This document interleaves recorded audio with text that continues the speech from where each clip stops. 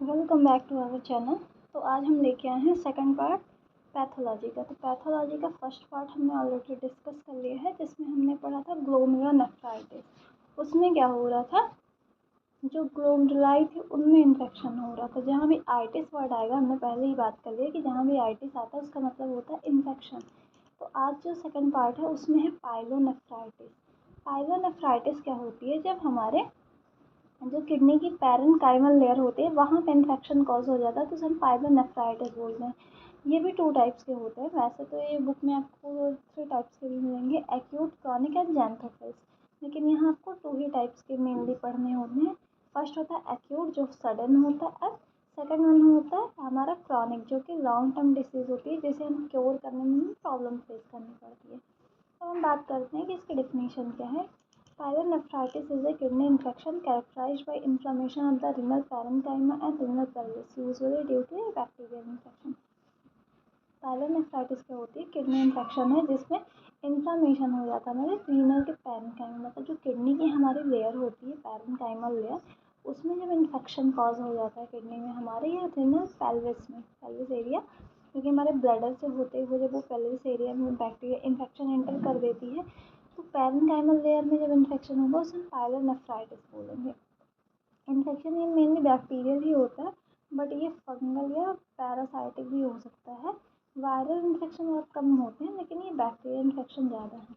अब ये एक नॉर्मल किडनी आपको दी गई है, जिसमें कॉर्टेक्स दिख रहा है, पिरामिड दिख रहा है और रिनल पेल्विस सब नॉर्मल दिख रहा है। बट जो सेकंड आपको फिगर दिख रहा है उसमें क्या दिख रहा है कि जो रिनल पेल्विस है वहाँ पे ही इन्फेक्शन कॉज हुआ है, तो वहाँ पे हमें ज़्यादा रेडनेस वगैरह देखने को मिल रही है वहाँ इस एरिया से। अब हम आगे चलते हैं, इसके कॉजेज़ की बात करते हैं।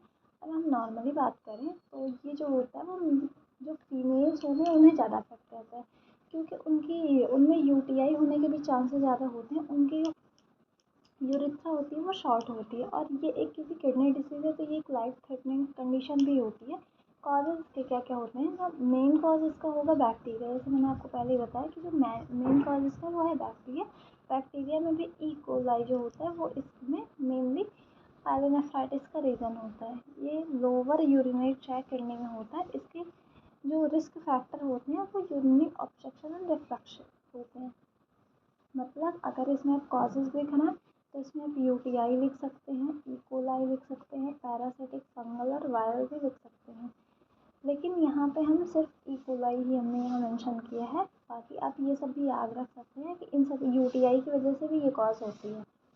लेकिन अगर हम इनके साइन सिम्टम्स की बात करें कि इनमें क्या क्या साइन सिम्टम देखने को हमें मिलेंगे, तो हाई फीवर होगा। जो जिसको भी पाइलोनेफ्राइटिस हुआ है उसे फीवर बहुत हाई होगा। उसे फ्लैंक पेन, मतलब उसकी साइड में पेन होगा, फ्लैंक पेन होगा।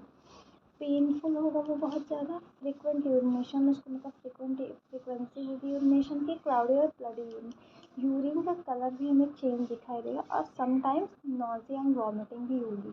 तो क्योंकि ये किडनी डिसीज़ है, तो किडनी डिसीज़ में हमें मेनली पता है कि यूरिनरी ट्रैक्ट से ही अफेक्ट कर रहा है, क्योंकि किडनी हमारी मेन यूरिनरी ट्रैक्ट है। तो वहाँ पे अगर वो इन्फेक्शन कॉज कर रहा है तो उसकी वजह से हमें बहुत सारे अल्ट्रेशन देखने को मिल सकते हैं। ऐसा है कि यूरिन का कलर हमारे चेंज हो रहा है, यूरिनेशन की फ्रिक्वेंसी बढ़ेगी, ये सारी चीज़ें हमें देखने को मिल सकती हैं। पैथोजेनेसिस की बात करें तो पैथोजेनेसिस क्या होती है, जब बैक्टीरिया एंटर करता है यूरिनरी ट्रैक्ट में तो वो धीरे धीरे माइग्रेट होता रहता है किडनी की तरफ and cause the infection urinary tract के थ्रू, क्योंकि हमारे जो जितनी भी ओपनिंग्स होती हैं वहाँ ही किसी पैथोजेंस के इंटर होने के बॉडी में चांसेस ज़्यादा होते हैं। तो कोई पैथोजन अगर यूटीआई के थ्रू जा रहा है, यूरिनरी ट्रैक्ट इन्फेक्शन से हो रहा है, या वो यूरिनरी ट्रैक्ट से ही इंटर कर रहा है हमारी बॉडी में, तो वो माइग्रेट करेगा किडनी पर और वहाँ पे इन्फेक्शन कॉज कर देगा। इट कैन आइदर एक्यूट और chronic with potential kidney damage. वो कितनी किडनी को डैमेज कर पा रहा है उस बेसिस पे हम डिवाइड करेंगे कि वो क्रॉनिक है या फिर वो हमारा एक्यूट है। तो 2 टाइप्स के होते हैं मेनली। अब ग्रॉस पैथोलॉजी की बात करें तो ग्रॉस पैथोलॉजी, जैसे हमने देखा था कि ग्रॉस पैथोलॉजी क्या होती है कि जब हम अपने नेक्ड आई से उस पूरे किडनी के स्ट्रक्चर को देखते हैं कि उसमें क्या क्या चेंजेस हुए हैं, तो हम उसे ग्रॉस पैथोलॉजी बोलते हैं।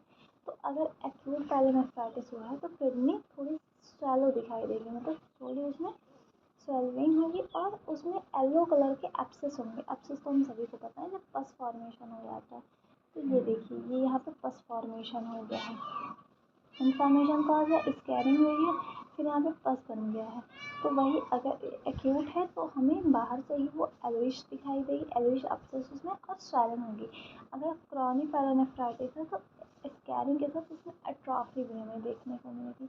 एट्रॉफी में क्या होता है, श्रिंक हो जाती है कोई चीज़, तो यहाँ पे श्रिंक हो जाएगी। अब इसके माइक्रोस्कोपिक पैथोलॉजी की बात करें तो माइक्रोस्कोपी अगर इसकी बात करें तो ये इंटरस्टिशियल इन्फ्लामेशन दिखाता है। मतलब इनमें जैसे कि न्यूट्रोफिल जो हमारे इम्यून सिस्टम के पार्ट हैं वो यहाँ पे हमें कलेक्ट दिखाई देंगे, क्योंकि वो इसके लिए रिस्पॉन्स कर रहे हैं। और फाइब्रोसिस और स्केरिंग भी इसमें दिखाई देती है। ये देखिए यहाँ पे क्रॉनिक इन्फ्लामेशन हुआ तो यहाँ पे बहुत सारे सेल्स, एक्स्ट्रा सेल्स भी आगे स्टोर हो जाते हैं इन क्रॉनिक कंडीशन में।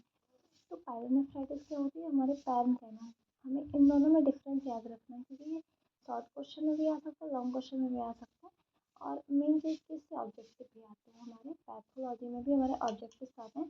तो जो पायलोनेफ्राइटिस है, पायलोनेफ्राइटिस में हमारे पैरेन्काइमल लेयर में इन्फ्लेमेशन होता है, जबकि ग्लोमेरुलर उस जो ग्लोमेरुलोनेफ्राइटिस हमने पढ़ा था उसमें ग्लोमेरुलाई जो होती है वहाँ में इन्फेक्शन होता है। उसके बहुत सारे कॉजेज वहाँ भी हमने देखे थे, बैक्टीरिया, वायरस, फंगल, इत्यादि। यहाँ भी सेम चीज़ें हैं, बस यहाँ पे जो मेन कॉज है वो ई कोलाई है। ई कोलाई की वजह से मेनली हमें देखने को मिल रहा है। कॉजेज में हमने बात कर ली। और क्योंकि ये किडनी डिसीज है तो यहाँ पे यूरिनेशन का अल्ट्रेशन होगा, उसका कलर चेंज होगा, हाई फीवर होगा और यहाँ पे फ्लैंक पेन होगा। ये सारी चीज़ें पैथोजेनेसिस तो बैक्टीरिया इंटर हो फिर धीरे धीरे वो किडनी में माइग्रेट होने लगता है, जिनमें इन्फेक्शन कॉज करता है। इसके आगे हम नेक्स्ट वीडियो में बात करेंगे। Thank you so much.